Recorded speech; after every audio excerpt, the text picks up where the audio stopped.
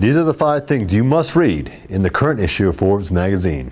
Number 1 is our Global 2000s issue. This is how to get a snapshot of what's going on among the biggest companies in the world. The cover story is one of those companies, Novartis. Their CEO, Joseph Jimenez, is betting the company that they found what could be a cure for a lot of cancers. This is a must read for anybody who cares about medical science or cares about the war on cancer. Number 2, we have one of the biggest companies in the world, Amazon, and they're about to get a lot bigger. Everyone talks about drone delivery and other sorts of little niches that Amazon's getting into. Amazon quietly, almost secretly, for the last 2 years, has been moving to disrupt wholesale the way they've disrupted retail. This is a monumental business. Retail across the entire world is only a $5 billion business. Wholesale is $8 billion, and Amazon wants a piece of it.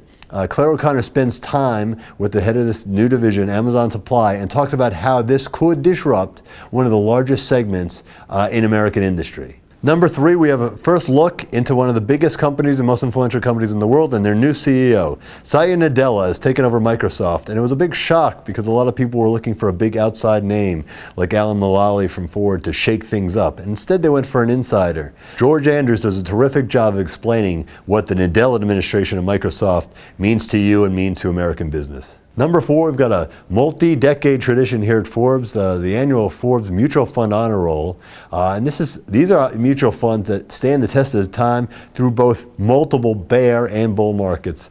Bill Baldwin, as always, crunches the numbers in amazing and interesting ways and comes up with 11 must-buy funds that have stood the test of time for the last 15 years through up or down that you could count on, as well as any fund in America or the world to give you the returns you're looking for.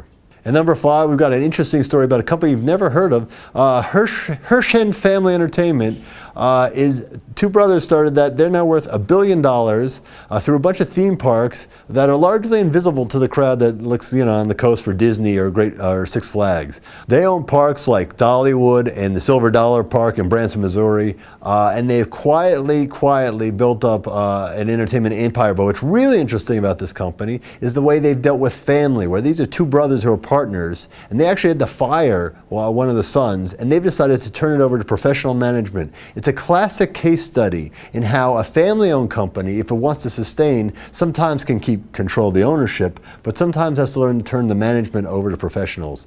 What they've done over the last few years is very impressive, and they now have a new acquisition. They just bought the Harlem Globetrotters, so look out, you might be hearing a lot more about this company. And that's what we have in the current issue of Forbes. You can check it out, of course, online through the print subscriptions or on our new tablet app.